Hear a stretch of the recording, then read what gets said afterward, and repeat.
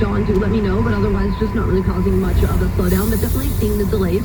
There is also just a lot of slowdown on the major routes, but there's also this incident in Richmond. This is on the 91 westbound number 8 road. It's got the left lane blocked, and you're backing up solid back to the 91-91A merge, and now eastbound, you're backing up solid all the way from around number 5 road. So I wonder if maybe the eastbound side has crews on scene. So are there crews in the eastbound left lane or maybe on the left shoulder? Let me know.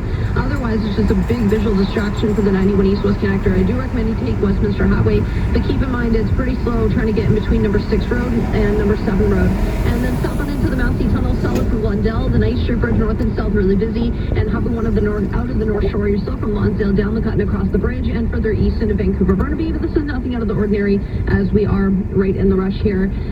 Smell rotten eggs? It could be a gas leak. Stop what you're doing. Go outside, then call FortisBC or 911. Learn more at fortisbc.com/smellgas. And now over to the Penfolds Roofing and Solar Weather Center. Here is meteorologist Carl Lamb. It's another stifling hot day for us across Metro Vancouver.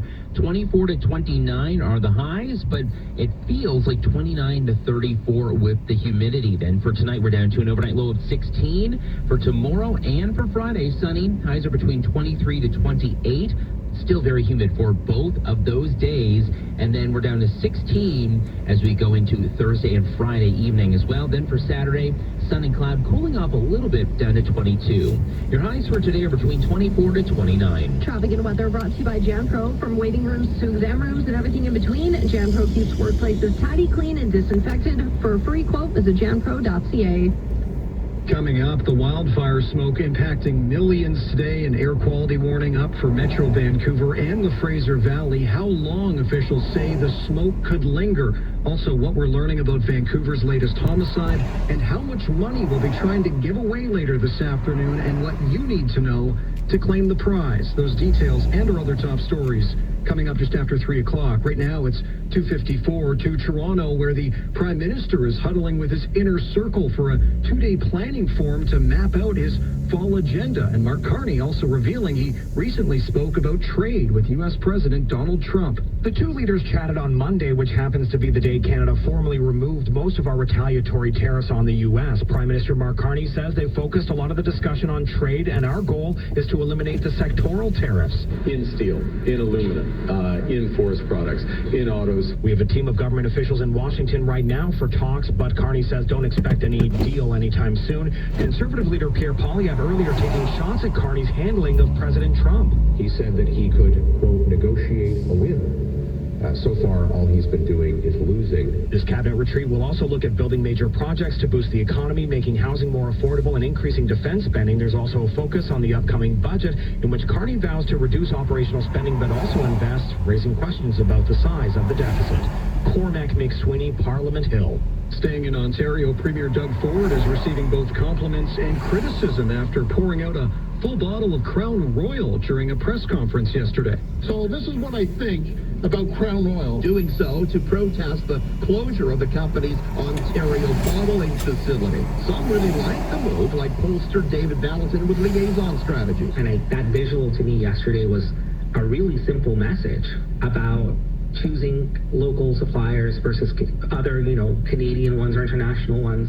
Sometimes the details don't matter as much as the photo. Disagreeing with that sentiment and calling the move dangerous is Sylvain Charlebois, professor at McGill University. As a government, if you encourage a boycott, you're basically trying to withdraw an option from the market. And as soon as you do that, there's less competition. And when there's less competition, we all know what happens. Prices do go up. Richard Southern, Queen's Park.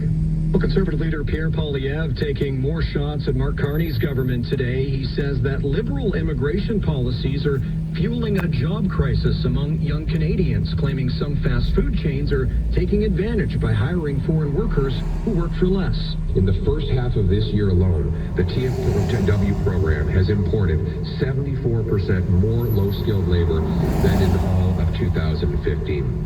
TFWs, the number of temporary foreign workers, is now 2% of our overall workforce, a staggering number, an unprecedented number. Poilievre now calling on the Liberals to scrap the temporary foreign worker program altogether. It's 2:56, your business news after this. If you're overwhelmed by the news cycle, Let us help you with that. I'm Cormac McSweeney. I'm Gurdeep Ahluwalia. And I'm Melanie Ng. At The Big Story, we slow the news down and examine one big story in depth. Something that matters. To give you some clarity amidst the chaos. Join us, along with our team of award-winning journalists, on The Big Story. Available every weekday morning. Listen on the Speaker app or wherever you get your podcasts. A record high on Bay Street for a fifth straight day. It was also higher for a sixth session overall, up by 136 points, 28,751. Gold futures did hit a record high for a second straight day, finishing up by $43, 3,635, while oil was down $1.62 to $63.97. WestJet is making its biggest order ever to Boeing.